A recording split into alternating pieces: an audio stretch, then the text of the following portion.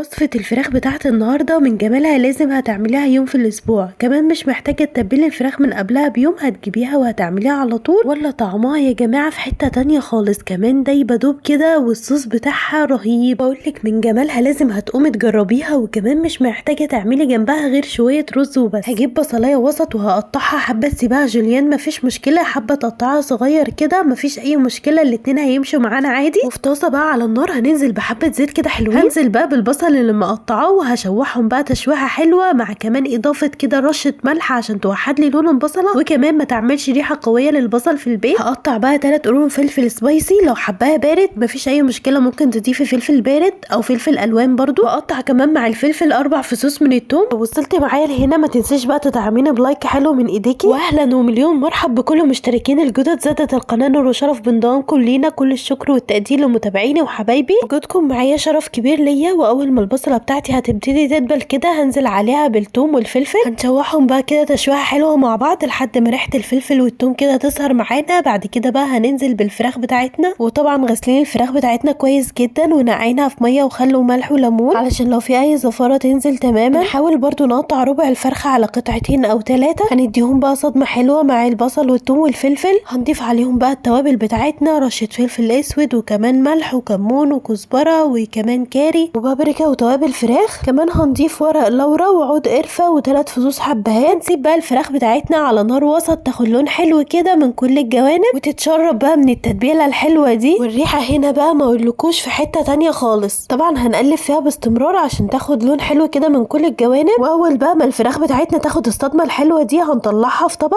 وهيتبقى معانا في الصينيه البصل والثوم والفلفل والتوابل الحلوه دي. هنقطع بقى 3-4 طماطميات كده حلوين، وهننزل بقى بالطماطم بتاعتنا على التتبيله الحلوه دي وهنشوحهم كده مع بعض، وهنغطي عليهم 5 دقايق كده. وبعد كده بقى هنضيف معلقه صلصه كبيره وكمان معلقتين 3 من الصويا صوص وكمان علبه صغيره زبادي، ودي بقى اللي هتطري الفراخ بتاعتنا وهتديها طعم كده في حته تانية خالص، وهتخليها دايبه معاكي دوب. وهنقلب كده كله مع بعضه، وهنضيف عليهم كوبايه او كوبايتين ميه كده، وهنغطي عليها بقى 5 دقايق تاني كده تغلي بس الميه اللي حاطينها. واول بقى ما الصوص بتاعنا خد غلوه كده هننزل بالفراخ بتاعتنا تاني كده في الصينيه علشان الفراخ تكمل سواها. هنغطي بقى عليها لحد بقى ما الفراخ بتاعتنا تستوي تماما. وفي الوقت ده بقى لو حابين تاكلوها كده مفيش مشكله، لو حابين تدخلوها الفرن تاخد لون من على الوش كده مفيش مشكله. وانا بالنسبه لي دخلتها الفرن خدت اللون الجميل ده وطلعتها تاني. واهم حاجه برضو لما ندخلها الفرن ما نخليش الصوص بتاعها ينشف تماما. ايه رايكم بقى في شكلها ولا طعمها في حته تانية خالص؟ كمان الصوص بتاعها جميل جدا، هيغنيكي ان انت تعملي جنبها اي حاجه تانية غير هما شويه رز بس، سواء رز ابيض او رز بشعريه او رز بسمتي، الرز اللي تحبيه بقى تقدري تعمليه جنبها. عملت هنا بقى جنبها رز بشعريه، وجت اللحظه المهمه بقى في الفيديو كله ان خلاص بقى هدوء. شايفين بقى الفراخ دايبه دوب ازاي، ومن جوه كمان مستويه كويس جدا وما فيهاش اي زفاره تماما، وكمان الصوص بتاعها رهيب. جربوا بقى تعملوا فراخ بالطريقه دي هتعجبكم جدا وهتعتمدوها.